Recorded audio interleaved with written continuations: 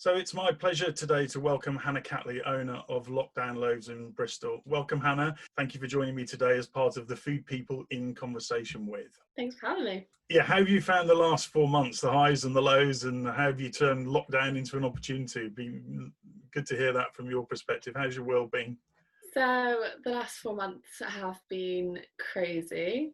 So I was working at Allegra before all this kind of kicked off, I guess. And we very quickly noticed that things started to decline with regards to people coming in. We got so quiet almost immediately because people were just too scared to go out to dinner. And then just before the lockdown was announced, we were all kind of almost made redundant, crazy, because it literally happened overnight. And then, thank God, the next day they announced the furlough scheme, which was great. Absolutely saved so many people. So then I came home to Bristol because I didn't know how long it was going to last, and I couldn't warrant really carrying on paying rent in London whilst not knowing if there's going to be another a job waiting for me afterwards, and that kind of thing. Because it was just so out of the blue, like no one really knew what was going to happen. So I came back to Bristol and I was so bored. So I just started baking just for my family starting off, and then they kind of got pretty mad with me and were like, we're going to get so fat during lockdown if you keep baking the stuff, you have to give it away to people. So I did. I started giving it to my neighbours and people like that, and they loved it. And then at that point I had a mixture of panic because I was thinking, I'm not going to have a job after this and no one's going to be hiring. So it was kind of that mixed with, I actually really am enjoying what I'm doing, and there seems to be a market for it in Bristol because no one's really doing anything like it. So I started posting on social media and just started posting if anyone wanted to buy bread. It started off just bread, and then I started doing like little sweet treats and things like that. And I think it was by the 4th week I had 150 return customers, and was so shocked that it had taken off so fast. And then I, in passing, said to my dad, I'd love to get my hands on the bakery that I used to go to when I was a kid that's right next to my school. Oh, wow. And he said to me that it's been empty for 3 months, which was total coincidence. And I called the number that was on the window, they were trying to lease it, and I called them and said, is it still available? And he said, no, it's gone. Which was, I mean, we were so upset. And then 3 weeks later he called me back and said, are you still interested, because it's just become available again. And I jumped on it. So I jumped on it, and we've been refurbishing it because it was an absolute dump. It looked like it from the pictures.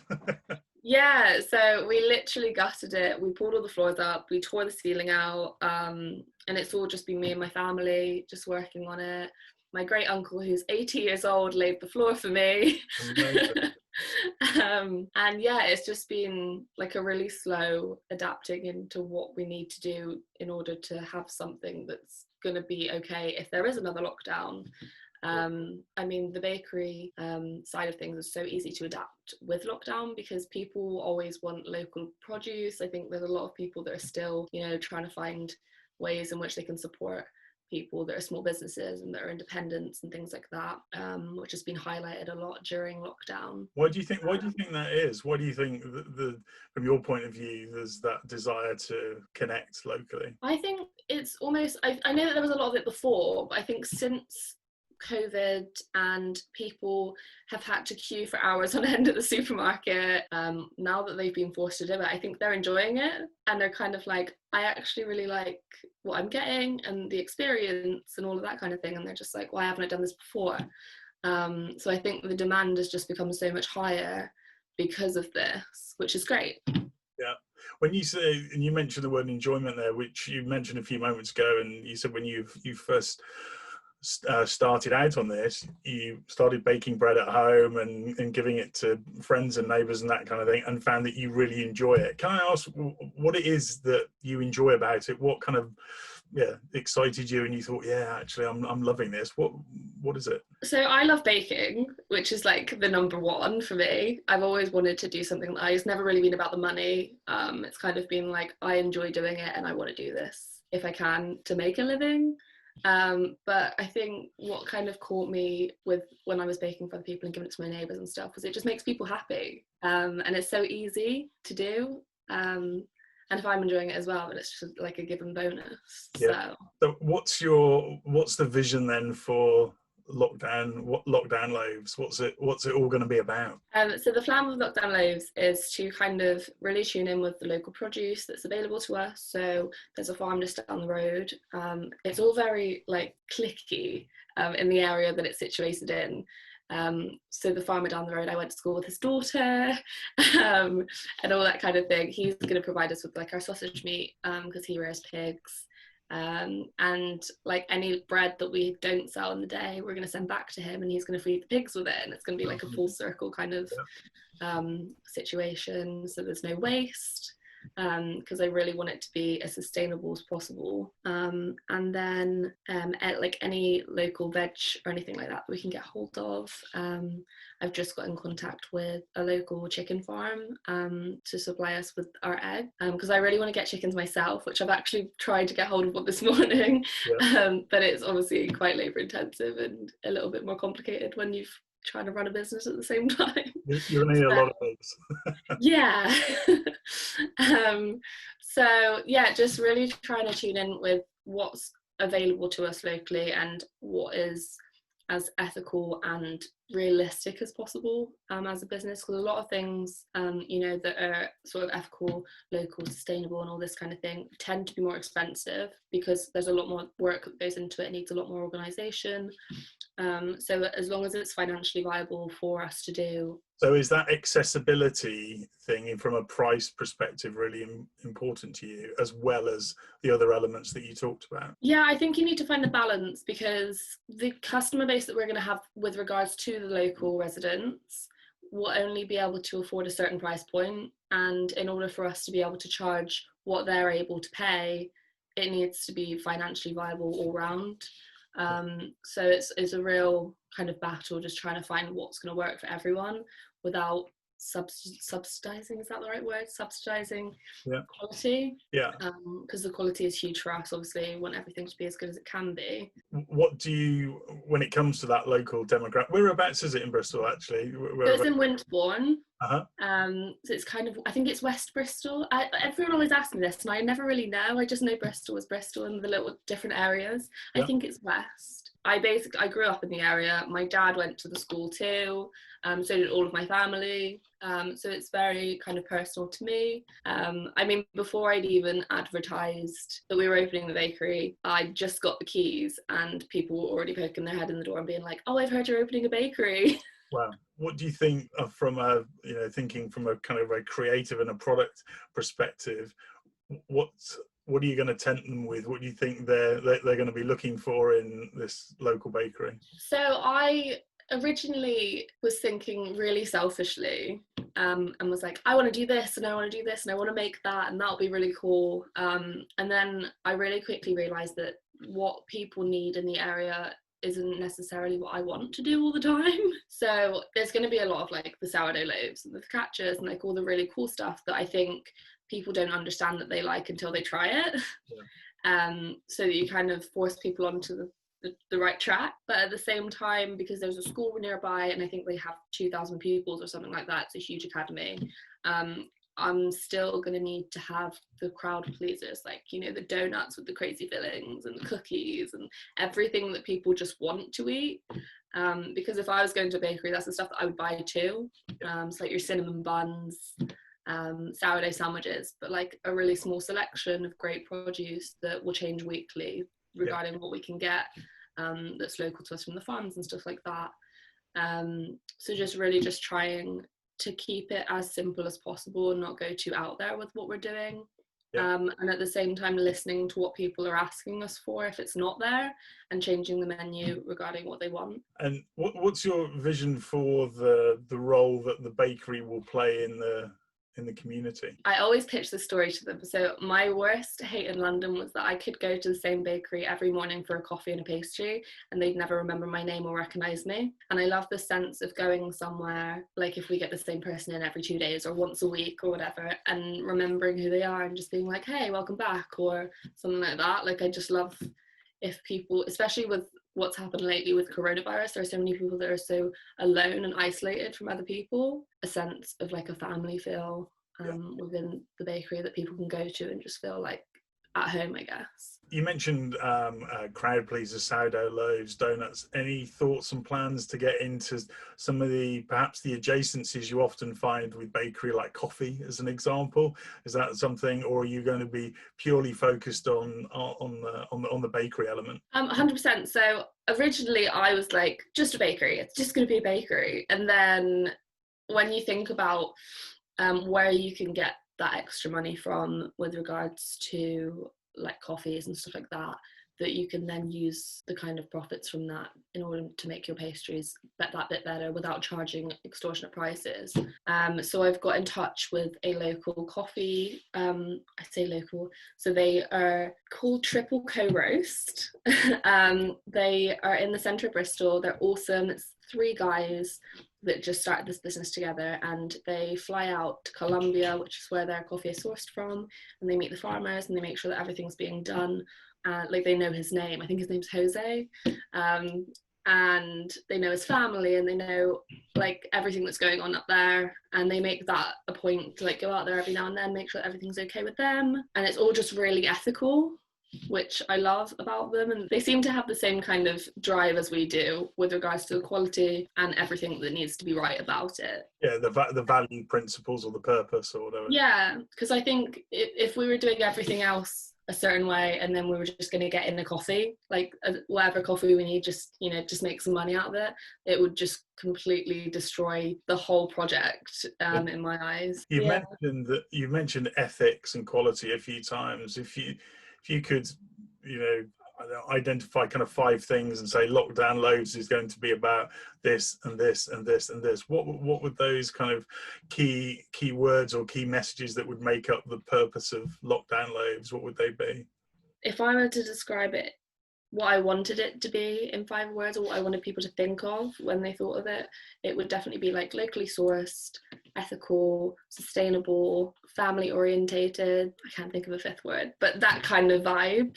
Yeah. Just everything, like I don't want any negative thoughts around it. I want it all to just be done the right way, properly. And why does all of that stuff matter to you? Because I think that it's a big aspiration, but to you, why are those things even important? I think with regards to sustainability and waste management and stuff like that, I think it's because I've been through so many different roles within my career that I've seen so many things go to waste on such a high scale without even having a thought. I spoke about this quite a bit in the talk that I did with you guys not long ago. I think when you see it happening and it's just not even, no one even thinks about it, it's just happening, and no one thinks, oh, is this wrong or is this right? It's just how it is. Yeah. And if it's questioned, there's no explanation for it. I think that was a real eye-opener for me, in that it needs to be a thought.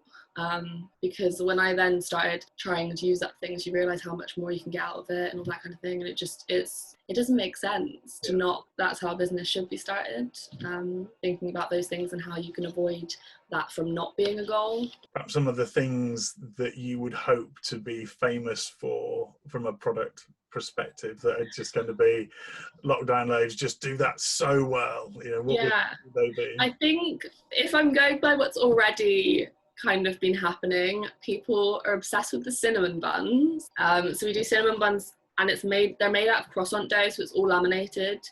Okay.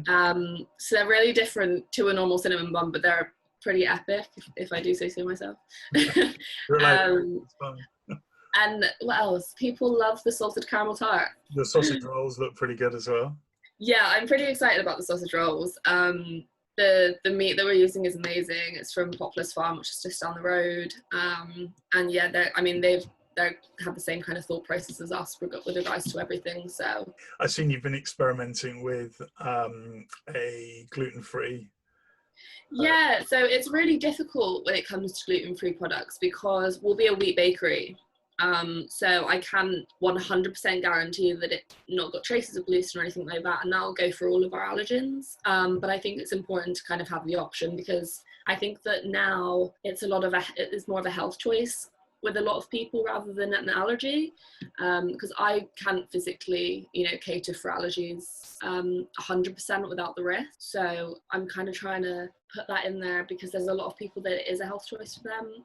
I have a lot of friends that are gluten-free, and even vegan. So I think it's important to try and cater for everyone. Yeah. We've had so many requests for gluten-free bread, it's crazy. I'm sure. And have you managed to get the gluten-free sourdough to work? It's getting there. I'm not doing a reveal yet because I've been pretty avidly posting on my stories the kind of process and the trials and tribulations of it. Yeah, we've been following you. Yeah. And I've kind of stopped now for a little while because I'm really trying to get it right before I post up kind of the end result. Because it's been so much more difficult than I thought it was going to be, if I'm honest. Well, as we often say, the things that are ownable are the things that are really hard to do. So yeah, I really hope that is success for you, because if you can get that right, you'll be drawing from well beyond West Bristol. That's for sure. I think it's definitely going to get there eventually. It's very time consuming. Yeah, absolutely. So we're really clear on our purpose as the Food People. We're all about shifting the future of food and drink by harnessing the power of trends. And how do you see what the journey that you're now embarking on as doing your bit to shift the future of food and drink? I think that in a sense we've almost been forced into it, and you have to kind of, because no one knows what's going to happen. There could be another spike and everything could collapse again, which is terrifying. But with regards to shifting the food world forward, everyone's had to adapt. And I think we've adapted in the sense of it's almost a safety net for me personally. Because I didn't know what was going to happen with the hospitality world. Still don't. It's so unpredictable. So if anything, for me personally, this has been a safety net, because I know that I can kind of make it adapt if there was a second peak and keep it open, because I started it during lockdown. So I'm very fortunate to have had the opportunity and the means to be able to start something like this in a time like this. But I don't think there's a better time to do it, to be honest. I've always wanted to, but this has kind of pushed me off the cliff a little bit. Yeah, this is giving you the impetus to do it. Yeah. Yeah. What are some of the things that you perhaps built in? Because you've talked a couple of times about, if there was another lockdown, we'd be able to cope and adapt. What perhaps are the things that you built in to either your business model or your kind of processes that mean that you would be able to respond should that happen again? So one of the huge things is that when I started this, it was deliveries. I'm still delivering to people now. And initially it was just because no one could go anywhere. Everyone was on lockdown and it was essential travel only and all this kind of thing, unless it was for a functioning business that was allowed to run within the guidelines. And if there was another spike, I could either continue to do deliveries and go down that route of it, because I think that was hugely successful with such little advertisement that I had. And the other thing that I've done within the bakery is everything's on wheels.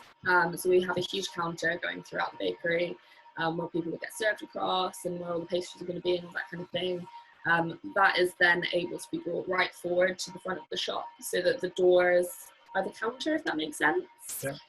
So it is so easy to adapt just for takeaways, which was a huge thought process when we were designing it, because we're like, what are we going to do if this will go south again? But yeah, everything is so easy to just kind of push forward, have takeaways, as little confrontation as possible.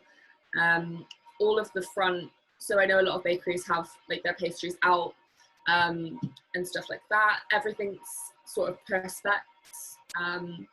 So you can still see everything. It looks like it's on display and all that kind of thing, but it's all very covered and concealed and stuff like that. Because I think going forward, that's what everyone's going to have to do from a safety point of view.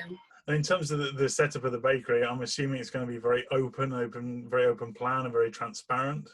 Yeah, so the whole front room is kind of an open kitchen style. The ovens are at the front, so you can see like everything being pulled out and stuff like that, which is really fun. That wasn't a plan, but the oven wouldn't fit to the back room. It wouldn't go through the doors. So, but I mean, it's going to look really cool. You'll be able to see a lot of like the mixing and the folding and the shaping of bread and stuff like that. But yeah, the majority of it is you walk in and you see is what you get, essentially. Have you been inspired at all by other bakeries around the world? And I can, from my own travels, I can think of like Loon Croissanterie in Melbourne and Tartine in San Francisco. Are there any that and obviously it's not about copying, but have you been inspired by any of those type Oh, of absolutely. I think that everything that I see is inspiring. With regards to like social media is huge. I'm constantly on Instagram when I'm not working, just like looking at what everyone else is doing. Yeah. Because I think the food world now is so transparent with regards to what people are doing. There's no secrets anymore. So yeah, Tartine was a huge influence for me. Always has been. I think they were the main reason I started making bread in the first place. I just wanted to learn about it. Yeah. In Bristol, Faro Bakery are killing it at the moment. Yeah. They're my main, like, I want to be like them. Yeah. And then with regards to when I was working in London, I took huge inspiration from like the Little Bread Peddler. Yeah. Poppins are Yeah. absolutely killing it. A few of the bakers from the Little Bread Peddler have actually helped me out massively. Really? With regards to like advice or recipes and stuff like that. Coombs Head Farm, I went and did a stage there with Ben Glazer, and it was amazing what you can learn from like one individual in such a short space of time. But yeah, I think a little bit from everything. Everything that I've learned over the years has just kind of come from little places that I kind of love. I really get when you were talking about the community, how you want LockDown Loaves to service the community. The first place I thought about was Tartine. I've been there quite a few times, and it is served by the people that are around it. It's a community. Obviously, it's an institution. It's so much bigger than that, but at its heart, it's a community bakery. What's the opening date for LockDown Loaves? Oh God, that's the golden question, isn't it? When we first got in, we were like, we'll open on the 1st of July. And then so many hiccups and so many things that you don't know are going to happen, and delays and things like that. The opening date is to be confirmed still, I'm afraid. I'm still pushing for the end of July. It's looking unlikely at the moment. Summer 2020 then? Yeah. I mean, the latest would be August at some point, I'm hoping. Yeah. So we're pushing, we're trying to get there. So that concludes this episode of The Food People in Conversation with Hannah. On behalf of us all at The Food People, thank you for joining me today. You've given us a fascinating insight into how you're shifting the future of food and drink, and it's been a true pleasure to speak to you again today. Do join our Food People community for the details of our recent In Conversation with episodes, as well as all the latest free to access food trends foresight. Visit thefoodpeople.co.uk and complete your details at the footer of the page. On behalf of Hannah and myself, thanks for listening to The Food People in Conversation with. How are you shifting the future of food and drink?